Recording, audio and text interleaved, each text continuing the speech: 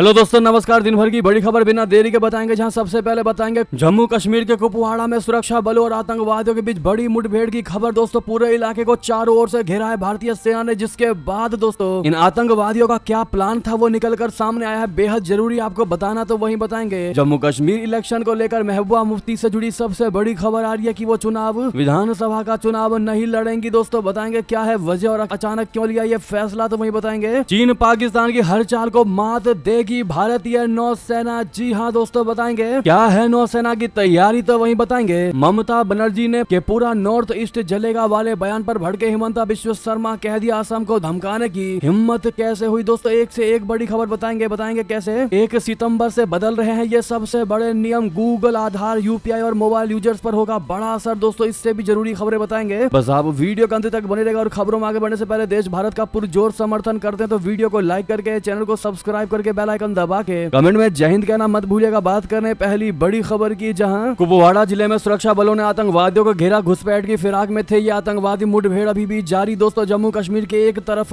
विधानसभा चुनाव होने जा रहे हैं तो वहीं दूसरी तरफ आतंकी गतिविधियां रुकने का नाम नहीं ले रही है। एक बार फिर कुपवाड़ा जिले में आतंकवादियों और सुरक्षा बलों के बीच मुठभेड़ देखने को मिली है। ये मुठभेड़ नियंत्रण रेखा पर उस समय देखने को मिली जब सुरक्षा बलों ने इलाके में घेराबंदी की और तलाशी अभियान शुरू की। सुरक्षा बल जैसे ही एक संदिग्ध स्थान के पास पहुंचे तो घिरे आतंकवादियों ने गोलीबारी शुरू कर दी। इसके जवाब में सुरक्षा बलों ने भी गोलीबारी शुरू कर दी। बता दें कि दोनों तरफ से अब भी फायरिंग जारी है। दरअसल 2 से 3 आतंकवादी कुशल पोस्ट में घुसपैठ करने की फिराक में थे। जानकारी के मुताबिक तंगधार, जो भारत और पाकिस्तान के बीच का नियंत्रण रेखा के पास की जगह है, वो हमेशा ही तनाव का केंद्र रहा है। इस क्षेत्र में सुरक्षा बलों ने आतंकवादियों की गतिविधियों को रोकने के लिए सर्च ऑपरेशन शुरू किया था। दोस्तों वहीं बता दें, जम्मू कश्मीर इलेक्शन से जुड़ी खबर, महबूबा मुफ्ती नहीं लड़ेंगी विधानसभा का चुनाव, बताई इसकी सबसे बड़ी वजह है। जी हाँ, पीडीपी अध्यक्ष महबूबा मुफ्ती ने घोषणा किया है कि वो जम्मू कश्मीर में विधानसभा चुनाव नहीं लड़ेंगी। उन्होंने कहा कि अगर वो मुख्यमंत्री भी बन जाती हैं तो भी वो मौजूदा केंद्र शासित प्रदेश व्यवस्था में भी अपनी पार्टी के एजेंडे को पूरा नहीं कर सकती। उन्होंने कहा कि मैं भाजपा के साथ एक सरकार की मुख्यमंत्री रही हूं जिसने 2016 में 12,000 लोगों के खिलाफ एफआईआर वापस ले ली थी। क्या हम अब ऐसा कर सकते हैं? मैंने प्रधानमंत्री मोदी के साथ एक सरकार के मुख्यमंत्री के रूप में अलगाववादियों को बातचीत के लिए आमंत्रित करने के लिए एक पत्र लिखा था। क्या आप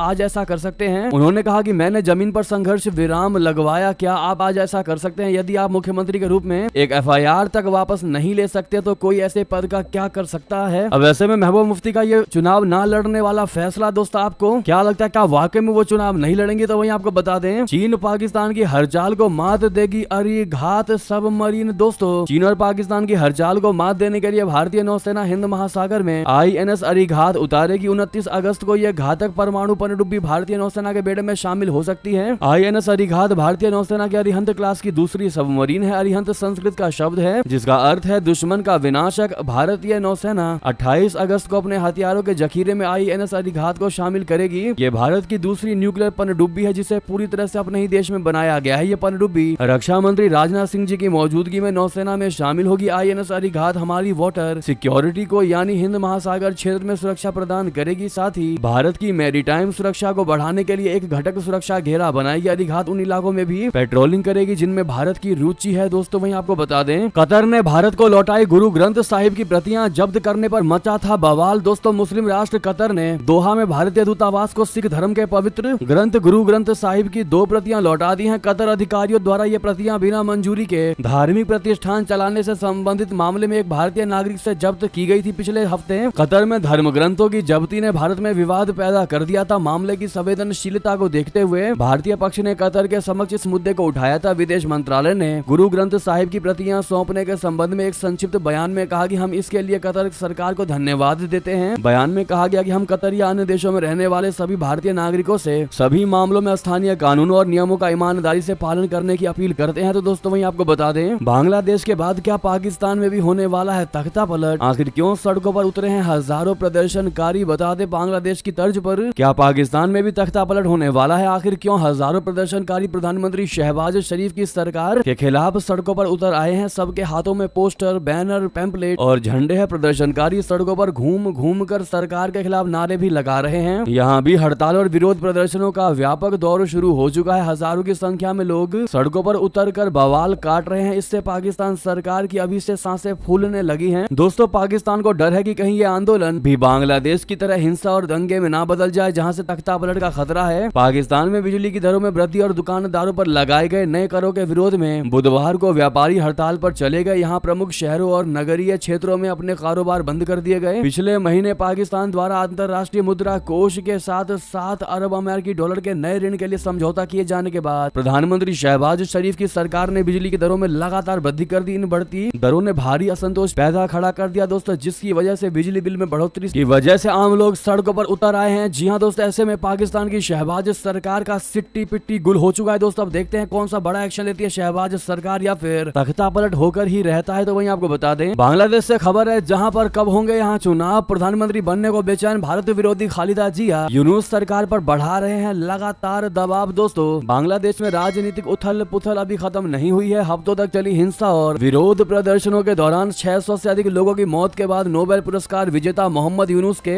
नेतृत्व में अंतरिम सरकार काम कर रही है। हालांकि इस सरकार के सामने एक खास लेकिन मुश्किल काम है, वो है बांग्लादेश में लोकतांत्रिक तरीके से चुनी गई सरकार के लिए चुनाव कराना। अब दस्त प्रधानमंत्री शेख हसीना की अवामी लीग को चुनाव के 8 महीने के भीतर ही युवा आंदोलनों के जरिए सत्ता से बाहर कर दिया गया। बांग्लादेश में दूसरी सबसे बड़ी party Bangladesh nationalist party BNP है। इसकी प्रमुख पूर्व प्रधानमंत्री खालिदा जिया है, जो 1 दशक तक जेल में रही या राजनीति से दूर रही। उनके बेटे और BNP के कार्यवाहक अध्यक्ष तारिक रहमान भी अभी लंदन में निर्वासन में रह रहे हैं। खालिदा जिया की BNP बांग्लादेश में तुरंत चुनाव कराने पर जोर दे रही है, जबकि मोहम्मद यूनुस ने संकेत दिया है कि इसमें अभी देरी होगी। जब यूनुस ने बांग्लादेश के मुख्य सलाहकार के रूप में कार्यवाहक सरकार की कमान संभाली तो उन्होंने सुधारों के लागू होने के बाद स्वतंत्र, निष्पक्ष और भागीदारी पूर्ण चुनाव का वादा किया। हालांकि उन्होंने चुनावों के लिए कोई समय सीमा बताने से इनकार कर दिया और इसके बजाय इस बात पर जोर दिया कि उनके पास देश में महत्वपूर्ण सुधार करने का जनादेश है। प्रमुख राजनीतिक समूह BNP ने अंतरिम सरकार से आग्रह किया है कि वो राष्ट्रीय चुनाव को उचित समय के भीतर कराने के लिए राजनीतिक नेताओं से बातचीत शुरू करें। जी हाँ दोस्त, ऐसे में खालिदा जिया चाहती है कि चुनाव के बाद इनकी सरकार बने और भारत के साथ बांग्लादेश के रिश्तों को खत्म कर सके। लेकिन दोस्तों, क्या लगता है आपको, क्या खालिदा जिया का ये सपना कभी पूरा हो पाएगा दोस्तों? तो वहीं आपको बता दें, जापान की आसमानी आंख यूनिकॉर्न कितना शक्तिशाली नौसेना के लिए स्पेशल एंटेना खरीद रहा अपना भारत। दोस्तों, भारत ने जापान के साथ 20 अगस्त को नई दिल्ली में आयोजित तीसरी 2+2 मंत्री स्तरीय बैठक में रक्षा उपकरणों की खरीद को लेकर बड़ा समझौता किया है। इस समझौते के तहत भारत नौसेना के लिए जापान से एक कम्युनिकेशन एंटेना सिस्टम की खरीद करेगा। इसे यूनिकॉर्न के नाम से जाना जाता है। इसका पूरा नाम यूनिफाइड कॉम्प्लेक्स रेडियो एंटेना है। दोनों देशों के एक संयुक्त बयान में कहा गया है कि चारों मंत्रियों ने यूनिफाइड कॉम्प्लेक्स रेडियो एंटेना और संबंधित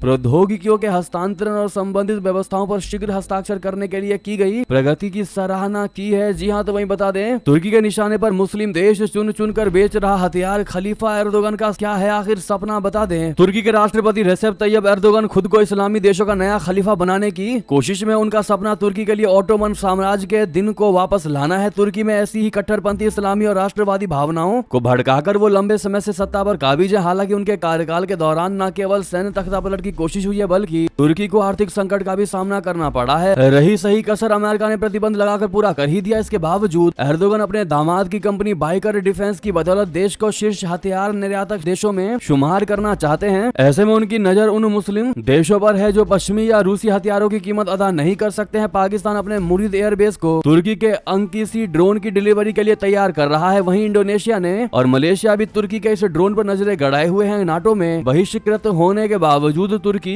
इस्लामी देशों के लिए एक प्रमुख हथियार आपूर्तिकर्ता के रूप में उभरा है। दोस्तों, वहीं बता दें, मालदीव की पुलिस ने कहा वित्तीय तख्तापलट में शामिल लोगों की कर रहे हैं पहचान, करेंगे कार्रवाई। दोस्तों, मालदीव की पुलिस ने बुधवार को कहा है कि वे कथित वित्तीय तख्तापलट में शामिल लोगों की पहचान कर रहे हैं। राष्ट्रपति मोहम्मद मुइज़ू ने 2 दिन पहले विपक्ष पर आरोप लगाया था कि वे सरकार को गिराने की कोशिश कर रहे हैं। देश के राष्ट्रीय बैंक ने विदेशी लेन देन पर रोक लगाने का फैसला किया था। बैंक ऑफ मालदीव ने रविवार को पुराने क्रेडिट कार्ड और नए डेबिट व क्रेडिट कार्ड के लिए विदेशी लेन देन को रोक दिया था। साथ ही क्रेडिट कार्ड की सीमा को $100 तक घटा दिया था। हालांकि कुछ ही घंटों में यह फैसला पलट दिया गया। बैंक ने कहा था कि यह कदम मालदीव के मुद्रा प्राधिकरण के निर्देशों पर उठाया गया है। तो वहीं बता दें, किम जोंग उन ने बढ़ाई अमेरिका की टेंशन। नए महाविनाशक रॉकेट लॉन्चर का उत्तर कोरिया ने किया टेस्ट, सियोल तक कर सकता है दोस्तों ये हमला। जी हाँ, उत्तर कोरिया एक बार फिर अपने हथियारों की टेस्टिंग करने में लगा है। खास बात यह है कि इन हथियारों की टेस्टिंग का निरीक्षण खुद किम जोंग उन ने किया है। उत्तर कोरिया की सरकारी मीडिया ने बुधवार को बताया कि supreme leader Kim Jong Un ने उन्नत 240 मिलीमीटर रॉकेट लॉन्चर सिस्टम के परीक्षण का व्यक्तिगत रूप से निरीक्षण किया। उत्तर कोरियाई सेंट्रल न्यूज एजेंसी ने बताया है कि निरीक्षण परीक्षण के दौरान सिस्टम ने गतिशीलता और स्ट्राइक की सटीकता में अपनी श्रेष्ठता साबित की है। जी हाँ, बयान में कहा गया कि लॉन्चर को तकनीकी रूप से इसकी गतिशीलता और केंद्रित फायरिंग क्षमता में अपडेट किया गया है। दोस्तों वहीं बता दें, पाकिस्तान में 5% महिलाओं तक को प्रत्याशी नहीं बना पा रहे राजनीतिक दल, चुनाव आयोग ने कर लिया तलब। जी हां, पाकिस्तान चुनाव आयोग ने 8 फरवरी को देश में हुए आम चुनावों में 5% महिलाओं को प्रत्याशी न बनाने पर राजनीतिक दलों को तलब किया है। आयोग ने 4 सितंबर को राजनीतिक दलों के नेताओं को पेश होने के बाद जवाब दाखिल करने के लिए कहा है। पाकिस्तान चुनाव आयोग यानी ईसीपी ने कानून का पालन न करने पर Jamaat Islami, Awami national party, Balochistan national party, Tehreeke Labbaik Pakistan समेत 10 अन्य पार्टियों के प्रमुखों को नोटिस जारी किया है। पाकिस्तान में चुनाव अधिनियम की धारा 206 के तहत आम चुनाव और प्रांतीय विधानसभा चुनावों में सामान्य सीटों पर कम से कम 5% महिलाओं को प्रत्याशी बनाना राजनीतिक दलों के लिए जरूरी है। दोस्तों वहीं आपको बता दें, बांग्लादेश की अंतरिम सरकार ने पलटा शेख हसीना का फैसला, जमात इस्लामी पर लगा बैन हटा दिया। जी हां, बांग्लादेश सरकार ने बुधवार को जमात इस्लामी पार्टी पर से प्रतिबंध हटा दिया। पूर्व प्रधानमंत्री शेख हसीना ने अपने शासन के खिलाफ राष्ट्रव्यापी विरोध प्रदर्शनों के दौरान उस पर प्रतिबंध लगा दिया था। हसीना सरकार ने पार्टी को उग्रवादी और आतंकवादी संगठन बताते हुए प्रतिबंधित कर दिया था और उसकी छात्र इकाई और अन्य संबंधित संगठनों को सरकारी नौकरियों में आरक्षण व्यवस्था को लेकर आंदोलन भड़काने का दोषी ठहराया था। संयुक्त राष्ट्र के अनुमानों के अनुसार हिंसक विरोध प्रदर्शन और हसीना सरकार की कार्रवाई में 600 से अधिक लोग मारे गए। गृह मंत्रालय ने बुधवार को पार्टी पर से प्रतिबंध हटा दिया, जिससे उसके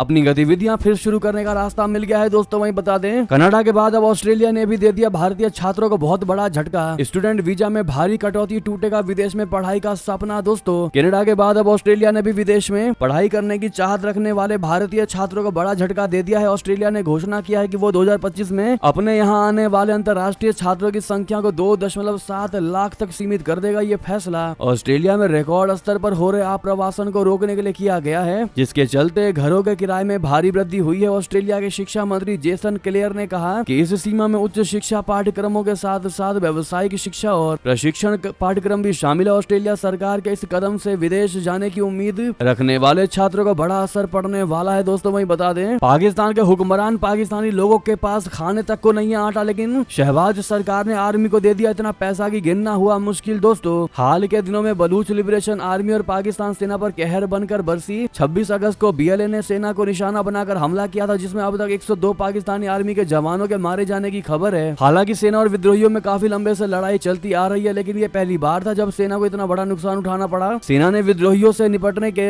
मजबूत तैयारी में जुट गई। सरकार ने उनसे निपटने के लिए उस क्षेत्र में भारी टैंक तैनात करने की हरी झंडी देने के साथ साथ $20 अरब यानी 1,67,000 करोड़ रुपए भी जारी कर दिए। बलूचिस्तान लिबरेशन आर्मी बीते 3 दिनों में पाकिस्तान सेना और सुरक्षा बलों पर कहर बनकर बरसी है। विद्रोही बीएलए ने सेना के 102 जवानों को मौत की नींद सुला दिया। तो वहीं बता दें, यूक्रेन ने अब कौन सी गलती कर दी जिससे भड़के व्लादिमीर पुतिन। रूस ने दाग दिए 236 ड्रोन धड़ाधड़। जी हाँ, यूक्रेन और रूस के हालात अब काफी गर्म हो गए हैं। खास तौर पर 2 दिन पहले जब यूक्रेन ने रूस की रिहायशी इमारत पर हमला किया था, तब से राष्ट्रपति व्लादिमीर पुतिन काफी नाराज है। इसका बदला लेने के लिए उन्होंने यूक्रेन के कई शहरों पर हमला भी किया। रूस ने 236 ड्रोन दागे, जिनमें से 200 से ज्यादा टारगेट पर जाकर लगे। मिडल ईस्ट के जानकार अब मान रहे हैं कि अगर पुतिन को गुस्सा आ गया तो यूक्रेन को कोई नहीं बचा पाएगा, क्योंकि यूक्रेन ने सारा तोफ की रिहायशी इमारत पर अमेरिका में हुए 9/11 जैसा ड्रोन हमला किया था। बस इसी बात से भड़के पुतिन ने यूक्रेन पर गोलों की बारिश कर दी। यूक्रेन की सेना ने रूस के कुजर्ग क्षेत्र पर भी कब्जा कर लिया। एक्सपर्ट मान रहे हैं कि रशिया किसी वजह से चुप बैठा है। अगर वो जिद पर आ गया तो यूक्रेन को भारी नुकसान उठाना पड़ सकता है। दोस्तों वहीं बता दें, युद्ध के बीच यूक्रेन ने पहली स्वदेशी बैलिस्टिक मिसाइल का परीक्षण भी करके रशिया को चौंका दिया है। यूक्रेन के राष्ट्रपति व्लादिमीर जेलेंस्की ने मंगलवार को कहा कि उनकी सेना ने हाल ही में घरेलू स्तर पर निर्मित बैलिस्टिक मिसाइल का पहला सफल परीक्षण किया। जेलेंस्की ने यह भी घोषणा की है, वो भी ऐसे वक्त जब पिछली 2 रातों से रशिया की घातक बमबारी से यूक्रेन भर में खलबली मच गई है और बड़े पैमाने पर हुए इस हमले में कई लोग मारे गए हैं, साथ ही कई ऊर्जा बुनियादी ढांचे को नुकसान पहुंचा है। तो दोस्तों भी बता दें, एप्पल कंपनी का भारत पर बड़ा फोकस, मार्च तक 2 लाख नौकरियां देगी। जी हां, भारत में एप्पल प्रोडक्ट्स के उत्पादन से रोजगार के नए रास्ते खुलने की संभावना है, पॉसिबिलिटीज है। एप्पल कंपनी अगले साल मार्च तक भारत में लाख डायरेक्ट जॉब्स